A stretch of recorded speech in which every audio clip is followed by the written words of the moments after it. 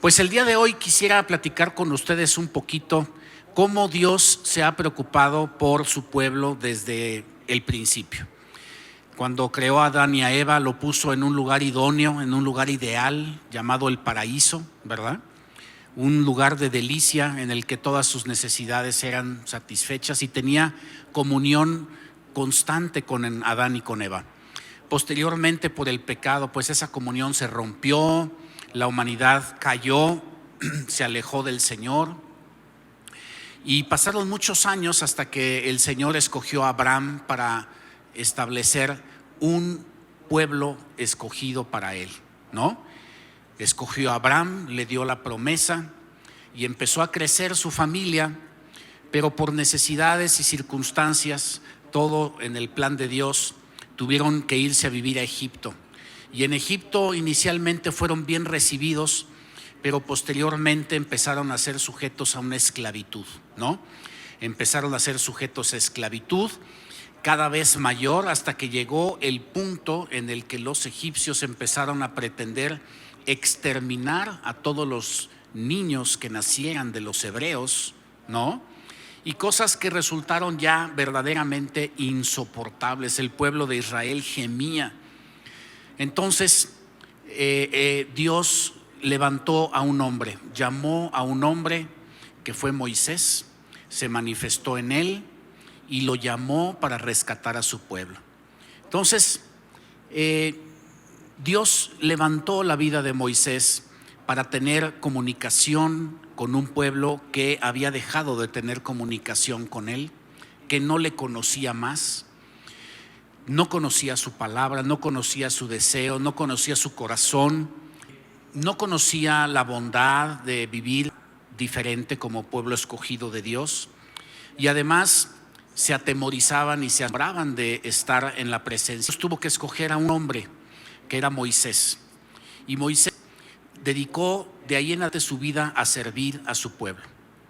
Servir a su pueblo muchas veces a pesar de la propia voluntad y del deseo de su pueblo, ¿sí? Muchas veces se enfrentó Moisés quejas y murmuraciones contra Dios y contra él mismo y contra su familia, ¿verdad? De hecho, no fue una sola vez, sino varias en las que Dios estuvo a punto de castigar severamente al pueblo de Israel. En una ocasión le dijo: ¿sabes qué? Voy a exterminar a todo este pueblo y te voy a poner a ti en posición y como cabeza de otro pueblo de mayores pretensiones y de mejor calidad. Pero ¿sabes qué? Moisés no quiso. Moisés dijo: no, Señor, este es tu pueblo y este es mi pueblo. ¿Sabes qué? Yo intercedo por él, te pido que nos perdones a todos. ¿Sabes? Moisés empezó un ministerio de sacerdocio que incluía tener comunicación con Dios y Dios con el resto del pueblo.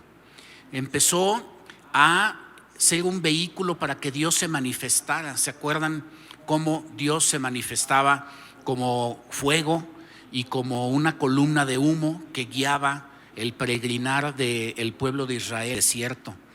También sirvió como un vehículo para que todo su pueblo recibiera dirección. Él recibió las tablas de la ley y recibía pues muchas otras indicaciones específicas de cómo edificar un tabernáculo, ¿no?, para adorarlo. Ese tabernáculo tenía un atrio, tenía un patio y después tenía un lugar santo en donde los sacerdotes acudían diariamente a servir y a mantener el fuego prendido y a presentar sacrificios. Pero había un lugar santísimo.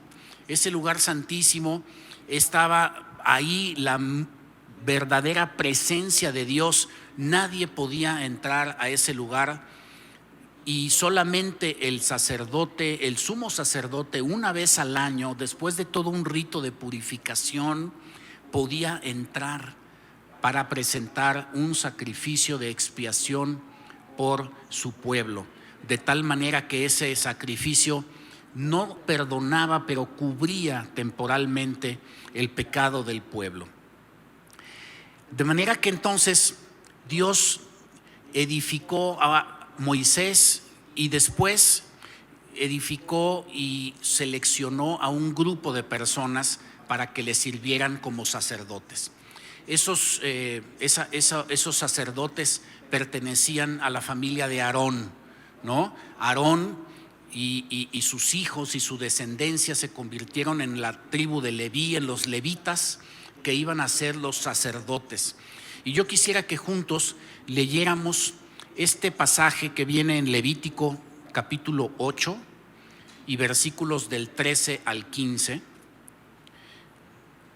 en donde se describe, dice: después Moisés hizo acercarse a los hijos de Aarón, los vistió con las túnicas, los ciñó con cintos y les ajustó las tiaras, tal como Jehová lo había mandado a Moisés. Y luego hizo traer el becerro de la expiación. Aarón y sus hijos pusieron sus manos sobre la cabeza del becerro de la expiación, y Moisés lo degolló. Tomó entonces la sangre y la untó con los dedos sobre los cuernos y alrededor del altar para purificarlo, y derramó el resto de la sangre al pie del altar. Así lo santificó para reconciliar sobre él. Constituir una línea, un linaje de sacerdotes requería el sacrificio de sangre, ¿sí? Requería un sacrificio de expiación. Por eso Aarón y sus hijos pusieron las manos sobre la cabeza del becerro antes de ser degollado, haciendo un símbolo de que el becerro iba a pagar el precio del pecado de ese linaje y de su pueblo, ¿sí? Posteriormente vamos a leer Levítico capítulo 8, los versículos 22 y 23. Dice: después hizo que trajeran otro carnero. Ojo, el carnero de las consagraciones. Aarón y sus hijos pusieron sus manos sobre la cabeza del carnero y Moisés lo degolló. Entonces tomó de su sangre y la puso sobre el lóbulo de la oreja derecha de Aarón, sobre el dedo pulgar de su mano derecha y sobre el dedo pulgar de su pie derecho. Moisés hizo acercarse luego a los hijos de Aarón y les puso de la sangre sobre el lóbulo de las orejas derechas, sobre los pulgares de sus manos derechas y sobre los pulgares de sus pies derechos, y roció la sangre en el altar por todos sus lados. Fíjense ustedes cómo después de hacer un sangre para la expiación, después hizo acto de sangre para la consagración. En ese pacto de sangre se puso sangre del pacto, la misma sangre que iba a ser santificada en el altar, ¿sí? Esa sangre se puso en las orejas, se puso en los dedos de las manos y en los dedos de los pies. ¿Sabes? Era un simbolismo claro de que de ahora en adelante la vida de ese linaje de los levitas estaría consagrada. Esa vida de los levitas tendría que ser de ahí en adelante una vida diferente. No podían escuchar cualquier cosa, porque sus oídos estaban santificados y apartados para Dios. No podían tampoco hacer y trabajar cualquier cosa, porque sus manos, las obras de sus manos, el fruto de su trabajo estaría consagrado para Dios. Y también sus pies habían sido consagrados con sangre. Eso significaba que los sacerdotes no podían ir a cualquier lugar. ¿Por qué? Porque no cualquier lugar edifica, no cualquier lugar santifica, no en cualquier lugar vas a encontrar la presencia de Dios. De tal manera que la vida de ese linaje familiar estaba ya consagrada totalmente. Después de que existió un tabernáculo, vino la época en que Salomón edificó un templo, ¿sí? En el templo igualmente había un atrio, había un lugar santo y un lugar santísimo. El lugar santo estaba dividido del lugar santísimo por un velo, ¿no? Y ese velo se rompió en el nuevo pacto. Ese velo fue roto por Dios mismo de arriba para abajo fue rasgado, ¿sí? En el momento en que el cuerpo de Cristo era rasgado y era molido, en ese mismo momento también el velo era rasgado de arriba para abajo. ¿Por qué? Porque Dios iniciaba un nuevo pacto con la humanidad. A través de Jesucristo, Él podría tener convivencia y comunión completa y total con todos sus hijos. Ya no serían tan solo creyentes, ya no serían la gente de afuera, ya no serían un pueblo desconocido, ya no seríamos advenedizos. A través de Jesucristo, por la fe en su sangre, nosotros nos convertimos en sus hijos, en su familia, en parte de su familia, y por ende también ya no tendría un templo, sino que ahora viviría en el templo de nuestro corazón. Amén. ¿Qué te parece? ¿Te da gusto? Sabes, ahora somos templos vivientes del Espíritu Santo. Amén. Y fíjense, cuando Pablo le quería compartir a los judíos sobre Jesucristo, esas explicaciones vienen en el libro de Hebreos. Y por eso vamos a leer Hebreos capítulo 9, de los versículos 6 en adelante. Como dice, Pablo le está escribiendo a los judíos, ¿no? Y les está explicando el nuevo pacto. Y dice: así dispuestas estas cosas, en la primera parte del tabernáculo entran los sacerdotes continuamente para cumplir los oficios del culto. Pero en la segunda parte entra solo el sumo sacerdote una vez al año, llevando la sangre que ofrece por sí mismo y por los pecados de ignorancia del pueblo.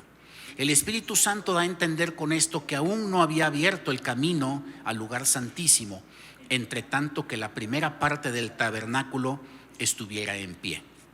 Y luego continuamos en Hebreos, en el mismo capítulo 9, a partir del versículo 11, y dice: pero estando ya presente Cristo, sumo sacerdote de los bienes venideros, por el más amplio y más perfecto tabernáculo, no hecho de manos, es decir, no de esta creación, y no por sangre de machos cabríos ni de becerros, sino por su propia sangre, entró una vez y para siempre en el lugar santísimo, habiendo obtenido eterna redención. Amén. ¿Por qué no le das un aplauso al Señor por esa eterna redención? Y luego nos vamos a saltar en el mismo capítulo, en el capítulo 10, sigue Pablo tratando de compartirle el nuevo pacto a los judíos. Y en el capítulo 10, en el versículo 19, les dice: así que, hermanos, tenemos libertad para entrar en el lugar santísimo por la sangre de Jesucristo, por el camino nuevo y vivo que Él nos abrió a través del velo, esto es, de su carne. También tenemos un gran sacerdote sobre la casa de Dios.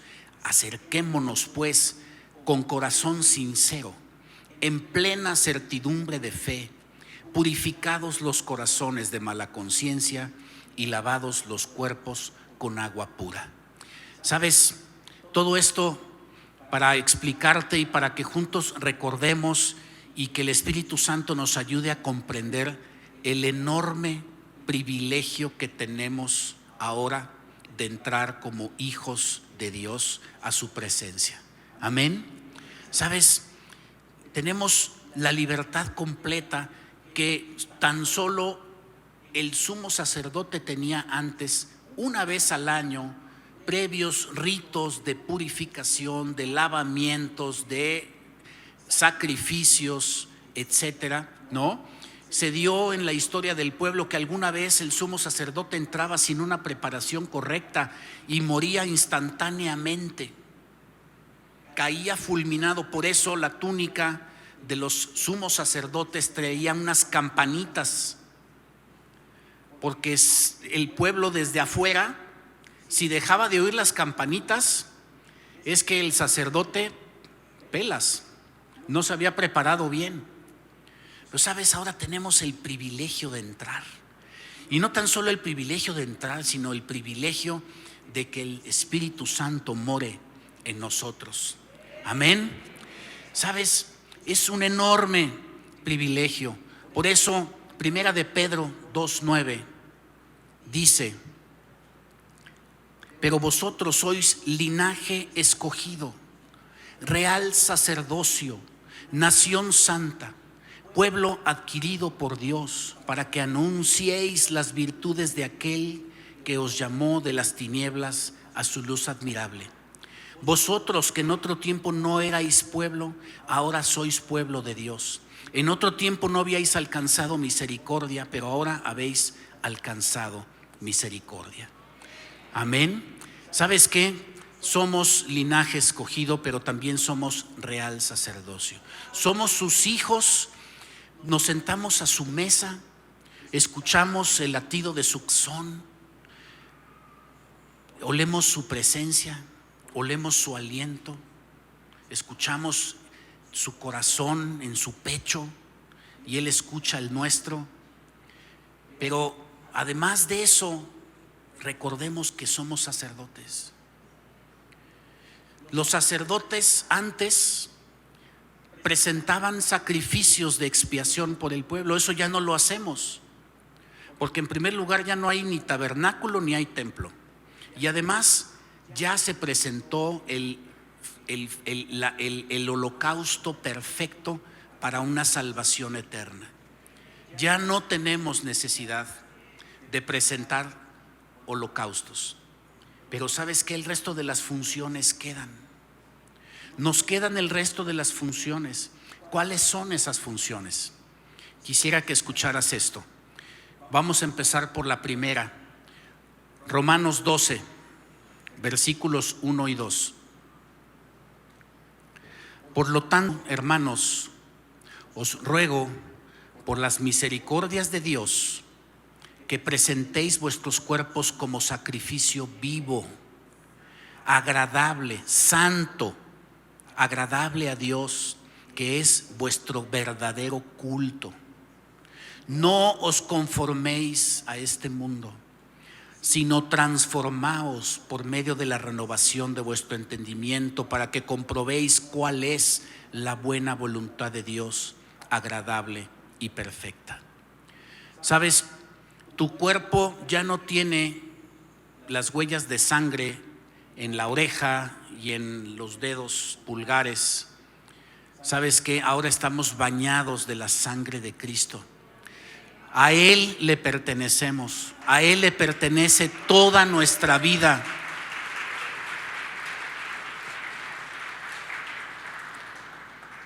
Y así como Moisés consagró a los sacerdotes en aquel entonces, nosotros tenemos que llevar una vida consagrada, no como antes, más que antes, porque mayor pacto es el que tenemos ahora. ¿Sabes? Tenemos el compromiso de llevar una vida renovada. Dice: no nos conforméis a este mundo, transformaos por medio de la renovación de nuestro entendimiento, comprobando cuál es la buena voluntad de Dios, agradable y perfecta. Nuestro entendimiento tiene que cambiar, nuestra mente tiene que cambiar, nuestros conocimientos previos tienen que ser borrados para que el Espíritu Santo grabe en las tablas de nuestro corazón una nueva ley, una nueva gracia, una nueva palabra, unas promesas, de manera que los estándares del mundo ya no son nuestros estándares. En lo que cree el mundo no son nuestras creencias, ¿sí? Lo que dice el mundo no es lo que nosotros hablamos. Nosotros le damos gracias a Dios mientras el mundo se queja, mientras el mundo murmura, mientras el mundo insulta, nosotros alabamos el nombre de Dios. Mientras el mundo muere en depresión, y mientras el mundo se aflige en temor y en insomnio, ¿sabes qué? Nosotros conservamos nuestra fe y nuestra certeza y nuestra esperanza firme. ¿Por qué? Porque al igual que Moisés hemos subido al monte santo. porque hemos subido al Monte Santo, donde hemos recibido una nueva revelación, donde hemos recibido una nueva visión, donde nuestros ojos naturales no son lo que importa. Lo que importa son nuestros ojos espirituales, porque nuestros ojos espirituales se han abierto a una nueva realidad, se han abierto a las promesas de Dios, se han abierto a un Dios grande que nunca llega tarde, que siempre llega a tiempo, que es capaz de resolver cualquier situación, cualquier enfermedad, cualquier problema, cualquier quebranto. Amén. Por eso no andamos como anda el mundo. No ofrecemos limosnas como nos habían enseñado. Sabes que ahora ofrendamos toda nuestra vida. Toda nuestra vida le pertenece, porque además tenemos la convicción de que nuestra vida no tiene mejor destino y mayor fruto que entregársela en sus manos. Amén. Por eso lo hacemos. Número 2.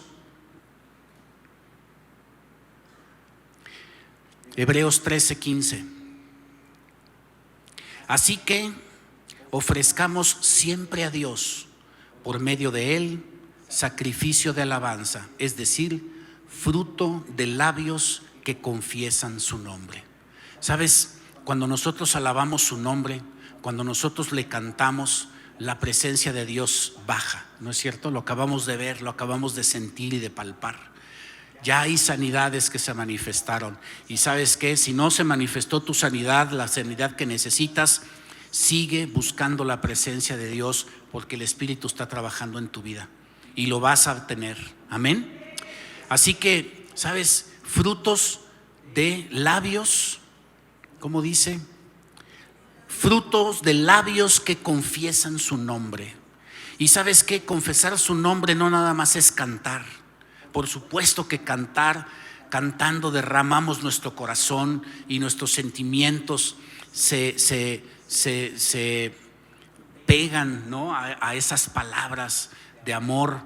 Pero no nada más es eso.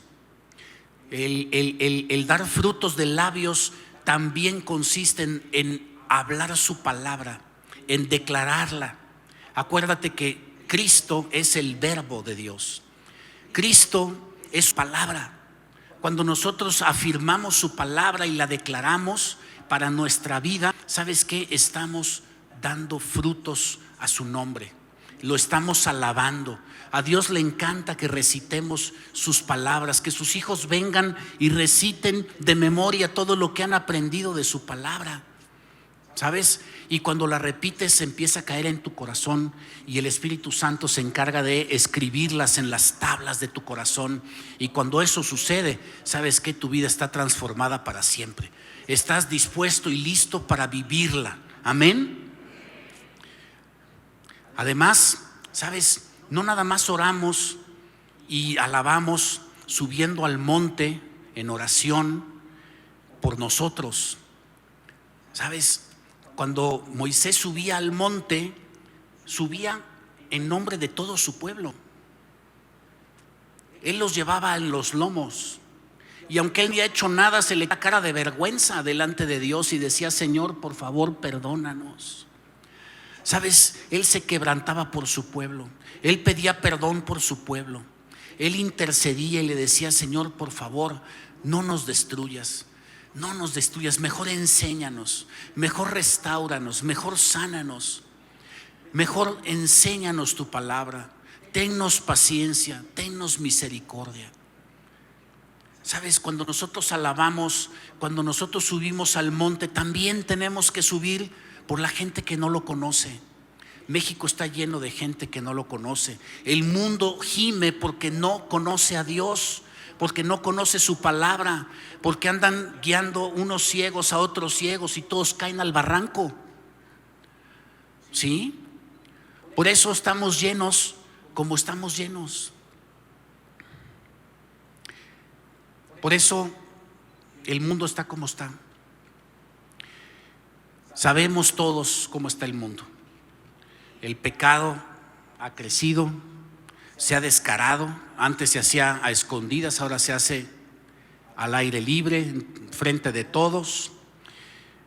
La cultura del mundo alaba lo que antes denominábamos pecado, lo que antes y ahora todavía honramos como la palabra de Dios, ahora resulta que va en contra de derechos humanos, y hay legisladores que han legislado leyes en contra de la palabra de Dios y que han prohibido a iglesias en el mundo enseñar las cosas que nos enseña la Biblia, porque va en contra de los derechos humanos. Eso en México todavía no lo hemos visto.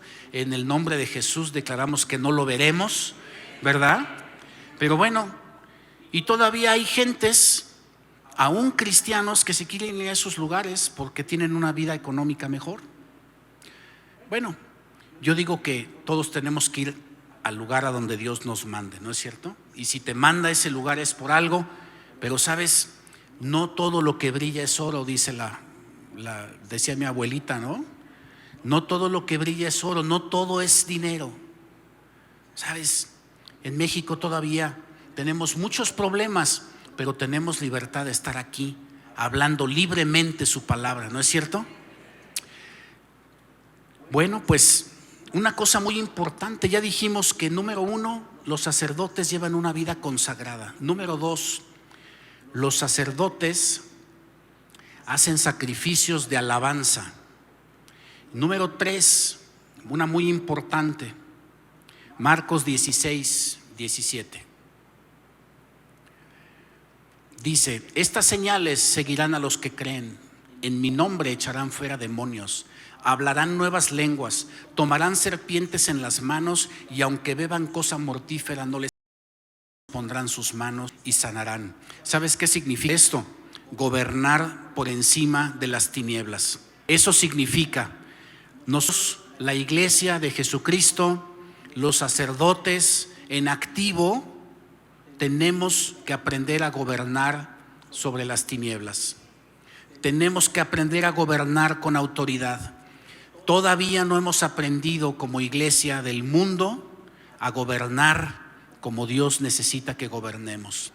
Nos falta, ¿sí? ¿Y sabes por qué nos falta? Porque no ejercemos el sacerdocio. No lo ejercemos como debiéramos ejercerlo. El sacerdocio tiene que empezar por nuestra vida personal. Tiene que empezar en nuestro corazón. Nuestros hijos no van a hacer lo que nosotros les digamos. No sé si haya todavía algún padre ingenuo que no se haya dado cuenta de eso, pero los hijos no hacen lo que les decimos. Pero ¿sabes qué? La palabra de Dios nos promete que nuestros hijos harán lo que nosotros hacemos. Amén. Si nosotros somos sacerdotes de nuestra casa, ellos verán el ejemplo y ¿sabes qué? Serán sacerdotes de su casa. Amén. Fíjate que yo no oro porque tenga una hija cristiana, porque ya la tengo, pero ahora oro porque mis nietos y mis, ¿cómo se dicen? Bisnietos y tataranietos sean cristianos. Esa es mi oración, ¿sí? Así que tiene que empezar por nuestra vida personal. Dios no puede ser burlado ni engañado. Si tú entregas tu vida a Dios en lo oculto, Dios te recompensará en público. Y nadie te conoce tu vida oculta también después de Dios como tus hijos. Los hijos se las saben todas. Así que ¿sabes qué? No te queda de otra. Tenemos que empezar con nuestra propia vida, en nuestro propio corazón. Después tendremos que comunicarlo a nuestra familia. Hombres, tenemos que ser los sacerdotes de nuestra casa. No podemos claudicar. No podemos dejar esa responsabilidad a nuestras esposas. Los hombres tenemos que ser el ejemplo, el mejor ejemplo, el más comprometido, el que más sabe la palabra, el que más muestra autoridad, el que más muestra decisión, el que más sabe lo que Dios está hablando para su familia en ese momento. Eso tenemos que ser los varones. ¿Y sabes qué? Tus hijos, tienes que enseñarle la palabra a tus hijos. Tienes que enseñarle a orar, tienes que enseñarle a alabar, Tienes que enseñarle que la palabra es la autoridad de todos. Yo recuerdo cuando nuestra hija estaba pequeñita, que era bien peleonerota, ¿no? Chiquitita pero bien brava, ¿no? Y todo discutía. Entonces teníamos muchos conflictos. Siempre los malos éramos los papás. Luego decía, es que ustedes son dos contra mí, que estoy solita. Entonces ¿sabes qué? Decidimos quitarnos de la pelea. Quitarnos y decir, no, ¿sabes qué? No somos nosotros. Vamos a ver qué dice la palabra. Si yo estoy equivocado, ¿sabes qué? Adelante. Pero vamos a ver qué dice la palabra. Eso es lo que dice la palabra, no yo. ¿Sabes qué? Entonces, ahora sí que nos limpiamos las manos y nos hicimos a un lado. Los malos ya no éramos nosotros. Después de tu vida personal y de tu familia, tienes que ser sacerdote alrededor tuyo, en tu área de influencia. A veces tenemos la falsa creencia de que el sacerdote es el que está en la tarima. Y ¿sabes qué? Te puedo decir por experiencia que no. No es eso. El sacerdocio es el llamado de todos, absolutamente para todos, ¿sí? Aunque no tengas familia, aunque no te hayas casado. ¿Sabes? El sacerdocio se ejerce en la escuela, en el salón, se ejerce en un taller, en la panadería, si eres pintor, si eres mecánico, si eres profesionista, si trabajas en una empresa o por tu cuenta. ¿Sabes? Y te voy a decir algo, tu palabra llega igual que la de cualquier otro sacerdote a la presencia de Dios. No hay diferencia. Dios escucha igual, porque ¿sabes? No tienes un Dios que haga acepción de personas. Las funciones pueden ser diferentes. Es como si tú dijeras, oye, pues es que yo quiero a mi hijo mayor porque es mayor. No es cierto. O ¿sabes qué? Puedes tener mayor afinidad con un hijo que con otro, pero finalmente quieres a tus hijos igual. Se porten bien o se porten mal, los amas, son tus hijos. Con uno te peleas y con otro no, pero a la mera hora los amas igual. ¿Sabes qué? El llamado es igual para todos. Las funciones cambian. Pero ¿sabes? El llamado es para todos. Así que, ¿sabes? Nuestra sociedad nos da cuenta de que el mundo no anda bien, ¿no? Como decíamos, hay mucha violencia. Los cárteles, las mafias crecen, los asaltos, las malas noticias por todos lados, ¿no? Las malas influencias para nuestros hijos y para las nuevas generaciones. En fin, muchas cosas. Y a veces cuando acudimos a una oficina de gobierno, a una oficina civil, pues muchas veces no nos atienden como queremos, ¿no? Nos roban algo y queremos levantar una denuncia y nos encontramos que pues el Ministerio Público no está y que cuando llega pues tiene una cara peor que el que te robó el coche, ¿no? Y te amenazan como si fueras tú el culpable, ¿no? El otro día estaba yo escuchando, porque tuve que ir a una situación, un muchacho que estaba denunciando que le habían robado su celular porque necesitaba aplicar el seguro. Y entonces el Ministerio Público le estaba metiendo una interrogada al joven, que qué bruto. Yo dije, no, este cuate, pero ¿estás seguro de lo que estás diciendo? Pero si estás declarando en falso vas a ir a la cárcel. Dije, oye, ¿qué tipo de funcionario es este, no? Y luego te hacen algo en la calle y no hay policía que te defienda, y luego vas a una oficina o vas a cualquier otra o vas a un hospital y pues hay una lista de espera enorme y las medicinas no las tienen. Entonces dices, oye, pues ¿quién está a cargo de todo esto? ¿No? ¿Quién está a cargo de la policía? Pues que hagan funcionar a la poli, ¿no? Que hagan funcionar a los ministerios públicos, a los jueces, que los pongan a chambear. ¿Y sabes qué pasa? Que la gente del mundo tiene del mundo. ¿Y cuál es la mentalidad del mundo? Pues que a todos les gusta ser jefes para tener los privilegios y para tener el sueldo, pero no las obligaciones, ¿no? Pero ¿qué crees? que pues en la iglesia de Jesucristo también hay mucha mentalidad mundana, porque todos queremos ser hijos de Dios, todos queremos el puesto, todos queremos las bendiciones, pero no nos gustan las funciones de sacerdocio. ¿Cómo ven? ¿Le sigo o mejor me bajo?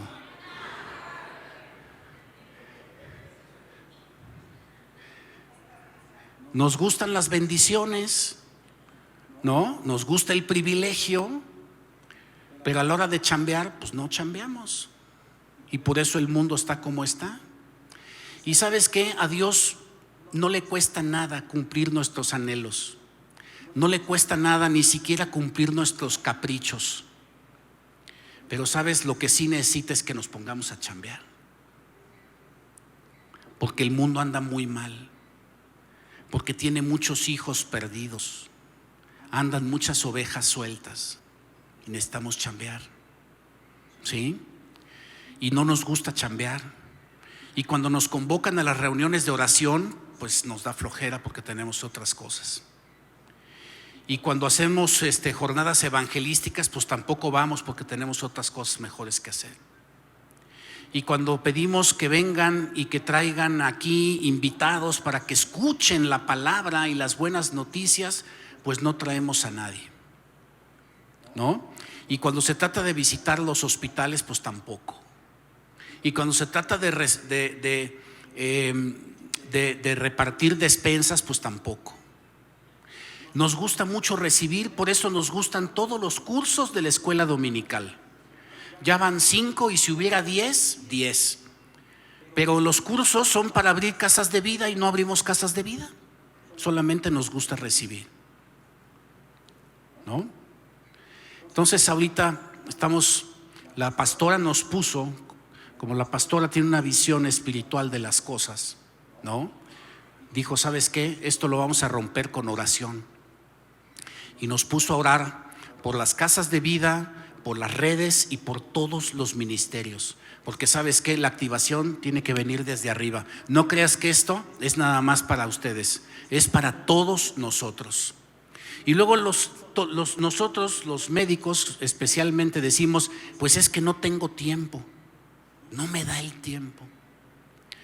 Y el otro día estaba yo leyendo un libro del hermano Myers que decía, hermano, ¿cómo dice?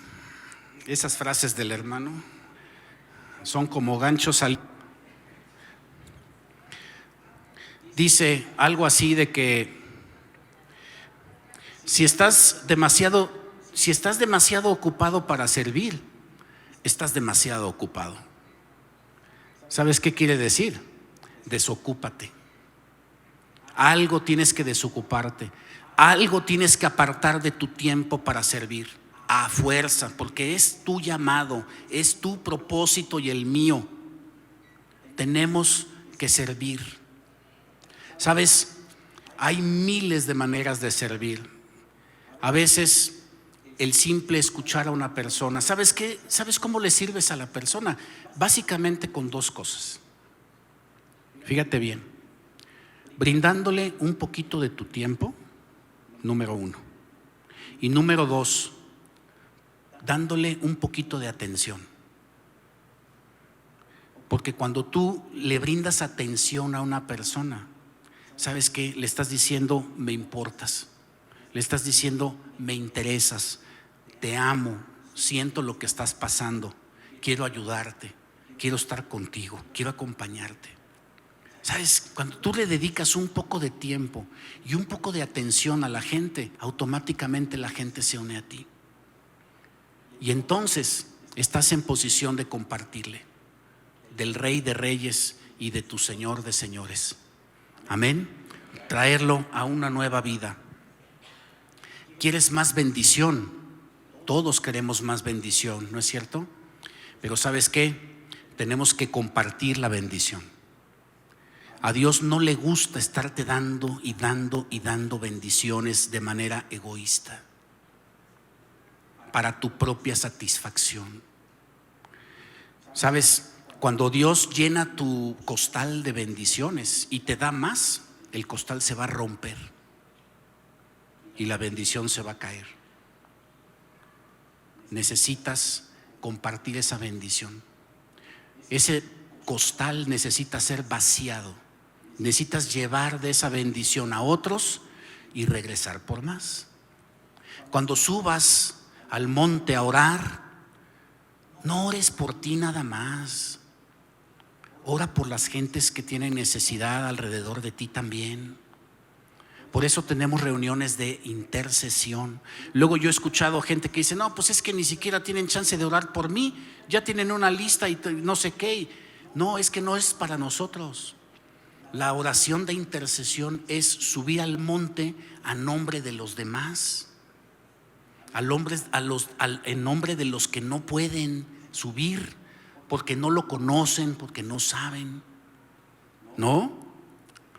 Porque te voy a decir una cosa: el mundo está lleno de pecado y está lleno de ignorancia. Y nosotros, la iglesia, nosotros tenemos que tomar el sacerdocio. Cuando ores por algo, cuando le hagas una petición a Dios, te voy a dar un consejo.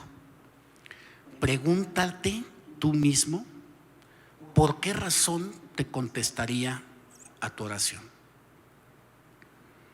Dios, ¿me contestarías a mi oración? ¿Me concederías lo que te estoy pidiendo? ¿Por qué me lo concederías? ¿Es para mi propia satisfacción? ¿Es para mi bendición? ¿O es para la extensión de tu reino que te estoy pidiendo? ¿No es cierto? Nos gusta subir al monte ligeritos y nos gusta bajar bien cargado de bendiciones. Pero ¿sabes qué? Tenemos que subir al monte llevándolos en los lomos a toda la gente que no le conoce, a todo el pueblo.